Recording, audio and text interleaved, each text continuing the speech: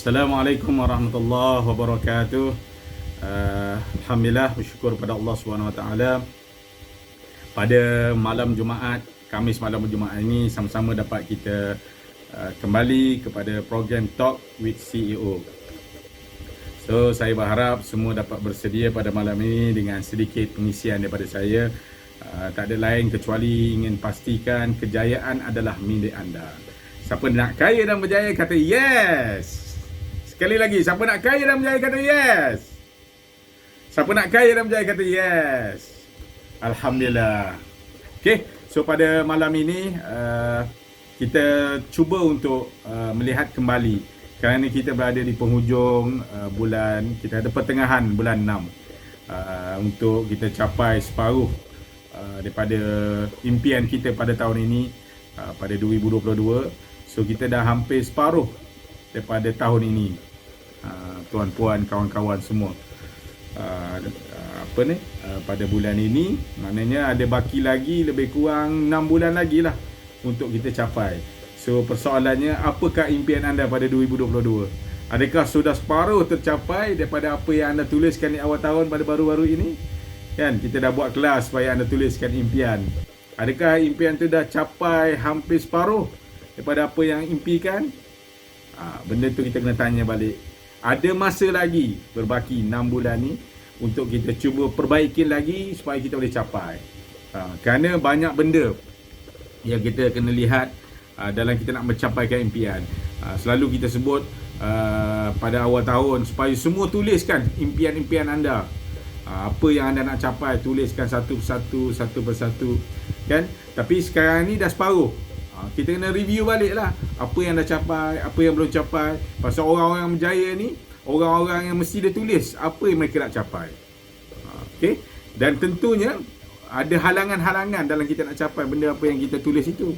Antara yang pertamanya fokus. Sangat-sangat susah fokus kepada impian yang kita nak capai. Kerana gangguan-gangguan, suasana, semua itu memberikan kesan kepada kita. Suasana, keadaan, kawan-kawan yang kita bergaul. Okay? Jadi benda ni semua kita kena tengok balik. Adakah apa yang kita buat selama ini mengganggu kepada pencapaian impian tu? Pun kita kena kaji balik, kena tengok balik. Masih sempat lagi. Okay? Yang pertama, halangannya, distraction yang berlaku pada kita adalah fokus. Fokus pada impian tu. Apa yang kita nak tulis tu, adakah banyak benda-benda yang mengganggu. Sebagai contohnya, diri kita sendiri lah, kan? Kita ada impian pertama dengan bisnes dengan bersama Savana ni, kita nak lunaskan semua hutang-hutang kita. Tapi apa yang kita buat? Adakah cara untuk capaikan impian anda melalui bisnes tadi kita dah buat? Dah buat ke belum? Contoh, post kat FB, Facebook, post kat page, post di Insta, post di WhatsApp, senaraikan nama-nama orang-orang yang kita target untuk kita buatkan sale, saudara, sepupu, kita dah buat belum? Tulis tu memang nak capai impian, tapi apakah caranya? Kita dah buat ke belum cara tersebut? Benda tu kena reviewkan balik daripada sekarang. Kita kena tengok. Kita kena tengok daripada sekarang apa yang kita buat tu ada tak gangguan-gangguan yang mengganggu kita selama ini. Selama 6 bulan inilah. Antaranya kita jarang hadir kelas. Tu gangguan juga tu. Ada kelas yang diaturkan oleh HQ dalam mencapaikan impian anda. Pasal kita tahu untuk capai satu impian tak dapat tidak mesti kena ada ilmu dulu, kan? Macam mana kita nak sampai? Kita waste tu pun ada panduan, ke kiri, ke kanan. So waste kita mana? Waste kita adalah kelas-kelas yang dianjurkan oleh HQ. Kita attend ke tak? Kita ikuti ke tak kelas tersebut? Persoalannya kita kena tengok. Pasal kalau kita nak kepada kejayaan tadi, preparation tu paling penting. 90% kejayaan dicapai, 90% tu hasil daripada preparation tadi, persiapan kita. Main sekejap je, bola tu main 90 minit, tapi persiapannya seminggu, sebulan, setahun, kan? Nak dapatkan stamina seumpama tu, persiapan tu sangat penting. Jadi apa persiapan? Apa ilmu yang kita belajar selama ini? Benda yang kita kena tengok. hasil 6 bulan tadi. Kelas yang dia buat HQ, berapa banyak kita kali yang kita attend kan, kita hadirkan kan. Kita kena tengok, tanya diri, aku nak berjaya tak berjaya. Kalau tak nak berjaya, kelas pun malas, tak payah cerita lah, apatah lagi tindakan. Pasal kita dah belajar minggu lepas, ilmu yakin, ainul yakin, hakul yakin, kamalul yakin. Ilmu yakin dulu, ni ada ilmu, belajar, kena tahu, tambah ke ilmu. Ilmu yang kita buat online, offline ni tak sama dengan ilmu yang kita belajar di sekolah kan, tak sama, ada perbezaan. Orang tingkatan 1 lain, tingkatan 2 lain, tingkatan 6 lagi lain, darjah 1 pun lain. So kalau kita nak bisnes dengan produk offline, online, kena ada ilmu lah. Tak sama dengan apa yang kita nampak, yang kita lihat. Seperti mana biasa, dia ada cara dia. So benda tu semua kena review. Kadang-kadang fokus kita terganggu kerana benda-benda tadi lah, tak hadiri kelas, tak mencakna apa yang kita minta buat. Sebagai contoh dalam grup, pengedar, ejen, kita minta postkan sale supaya membakarkan semangat anda. Anda tak buat, postlah sale, gambar-gambar sale anda, jual 1 pack teh uncang pun tak apa. Benda tu kan membakarkan semangat. Kalau anda buat dan postkan, insya-Allah anda berada dalam track untuk mencapai kejayaan. Pasal orang berjaya ni dia ada sifat dia, dia ada gaya dia, dia ada attitude dia tersendiri. Orang berjaya ni lain. Tanyalah orang-orang yang berjaya, Tony Fernandez, AirAsia kan, yang pegang AirAsia tu pun hutang 20 juta terus. Orang yang macam ni sifat dia macam mana? Bangun awal, tepati masa, contohnya. Buat bersungguh-sungguh, habis-habisan, tak ada mustahil. Ni nak jual baru, jual sekejap, tak ada orang nak belilah. Tu perkataan mula-mula keluar. Tak ada orang nak beli. Sedangkan penduduk Malaysia hanya 36 juta. Kalau ambil 10% pun 3.6 juta yang membeli. Kalau ambil 1% pun 360,000 orang yang nak membeli. 1% je dah orang Islam. Terutamanya orang Islam pun banyak dah sebenarnya. Tapi kita berkeadaan tak ada orang nak beli, tak ada orang nak beli. Padahal orang tu ramai yang nak beli, kita tak perkenalkan. Jadi yang berlaku distraction, gangguan yang menarik. Kita solat tu pun yang 5 minit solat, 5 minit je solat kan, bukannya lama, tapi 5 minit tu pun nak dapat khusyuk. Masya Allah, wala haula wala quwata illa billahil aliyil azim kan. Masa itulah jumpa kunci hilang, masa itulah kucing yang tengah mengiau tu teringat balik, makanan lagilah tak ada cerita kan. Itulah gangguan dalam masa 5 minit baru. Apatah lagi bisnes yang bertahun. Lagilah ada gangguan yang terlalu besar kan, yang kita nak capai. Sedangkan kita yakin dengan bisnes lah salah satunya untuk kita majukan diri kita.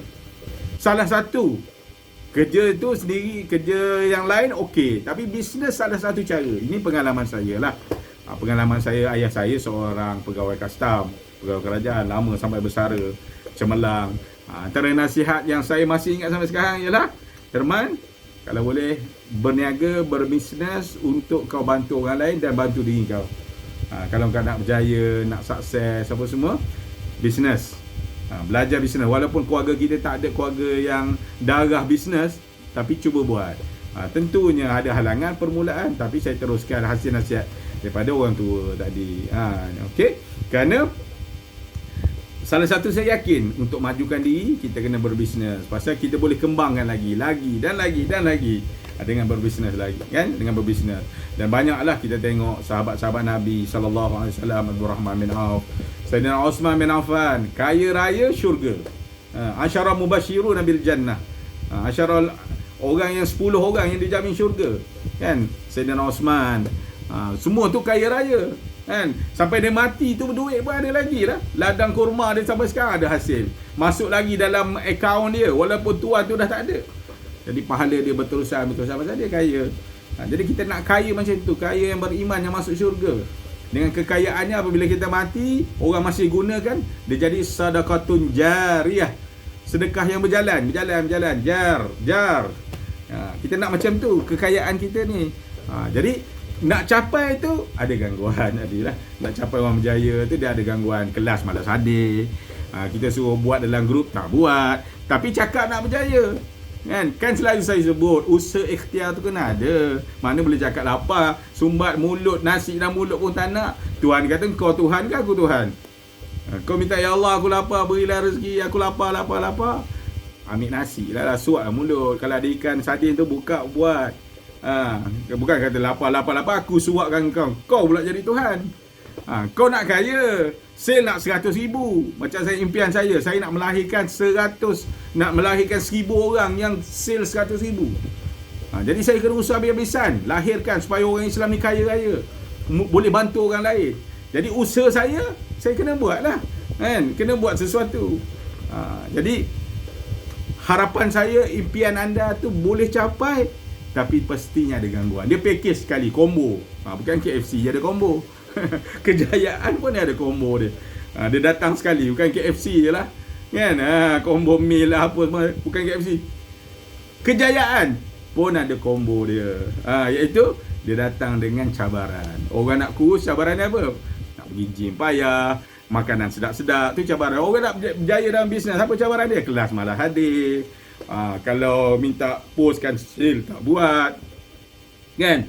Minta perkenal kepada keluarga tak buat, adik-beradik tak buat, kawan tak buat. Tapi doa, ya Allah nak kaya. Tuhan kata, kau Tuhan ke aku Tuhan? Kau buat pun tak, aku nak bagi macam mana? Tu antara gangguan lah. Solat pun 5 minit terganggu, apatah lagi kita yang bisnes bertahun-tahun. Jadi gangguan tu ada daripada diri kita first. Biawak yang ada pada diri kita. The small little voice tu ada. Alah, tak payahlah, tak pernah capai pun impian kau yang tulis daripada dulu. Tu cabaran daripada kita. Biawak yang kecil pada diri kita selalu bisik, Allah dah bertahun tulis impian tak pernah capai. Tak payahlah. Akhirnya kita tinggal. Tapi kalau kita lawan biawak tu, kau diam, kali ni capai, InsyaAllah kita capai lah. Tu biawak kita, tak masuk biawak orang lain lagi. Biawak kawan-kawan, saudara-saudara, adik-beradik, kan ramai biawak. Perkataan biawak tu bukan kata menghudurkan, nak ceritanya sifat tu.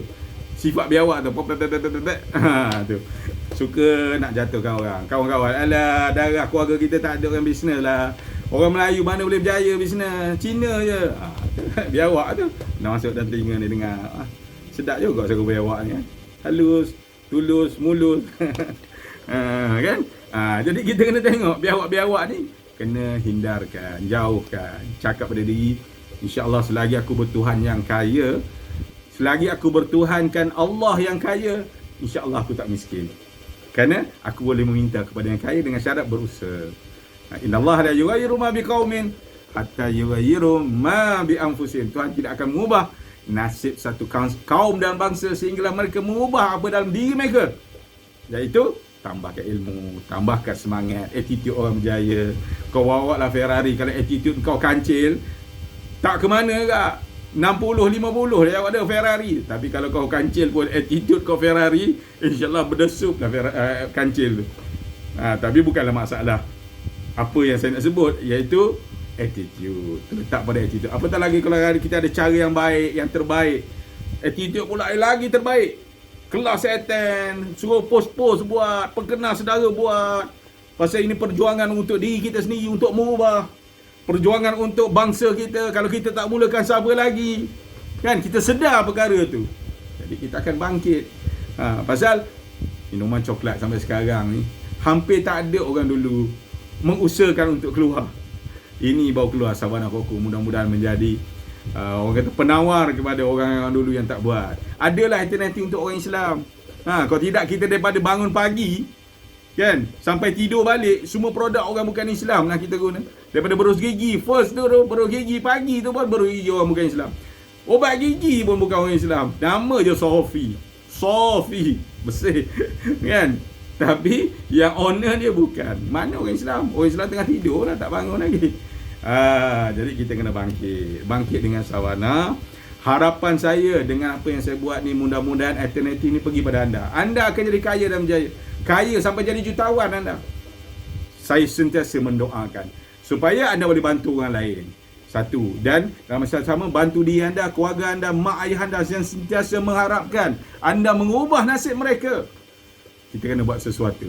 Kan banyak mak ayah tak pergi haji lagi, kita lah usulkan. Kerja elok-elok, buat habis-habisan supaya hantar mereka pergi haji. Kan? Tolong orang susah yang miskin. Yang tak makan. Hasil duit kita bagi. Hasil kita bekerja, jual produk Savannah, kita dapat tolong orang. Mungkin di tengah malam sedang kita tidur, mereka mendoakan kebaikan untuk kita kerana kita menolong, memberikan makan kepada mereka. Tak nakkah kita macam tu? Kita tak sedar benda tu kan. Kebaikan-kebaikan yang ada. Okey, jadi paling senang supaya tak buang masa, tak payah try and error, anda ikut je cara apa yang kami dah buat. Kerana kami belajar beratus ribu kami habis untuk ajar pada anda ni, bukan ilmu main-main. Beberapa sifu lah, daripada sifu Jamal, FB Ad, sifu Google Ad, One Moose, sifu Firdaus Azizi, Firdaus Jailan, ABS, Dr. Azizan Osman, apa lagi yang kami nak tak belajar? Semua benda yang kita belajar nak bagi pada anda. Kan? Tak payah try and error lah. Kalau anda naik Gunung Kinabalu, kami dah naik 100 kali sebagai contohnya. Anda tak payah ikut cara anda lah, sesat nanti. Kan? Ikut cara yang kami dah ajar. Buat macam ni, postkan sale, bagikan success story, lepas tu perkenalkan pada kawan-kawan, buat. Pasal laluan yang kita dah lalu ni, kita nak peturun pada anda. Anda tak payah ikut. Anda kata, Gunung Kinabalu ni nampak cerah jalan ni. Yang jalan kami tunjuk tu nampak macam gelap sikit. Tak apa, gelap pun sampai.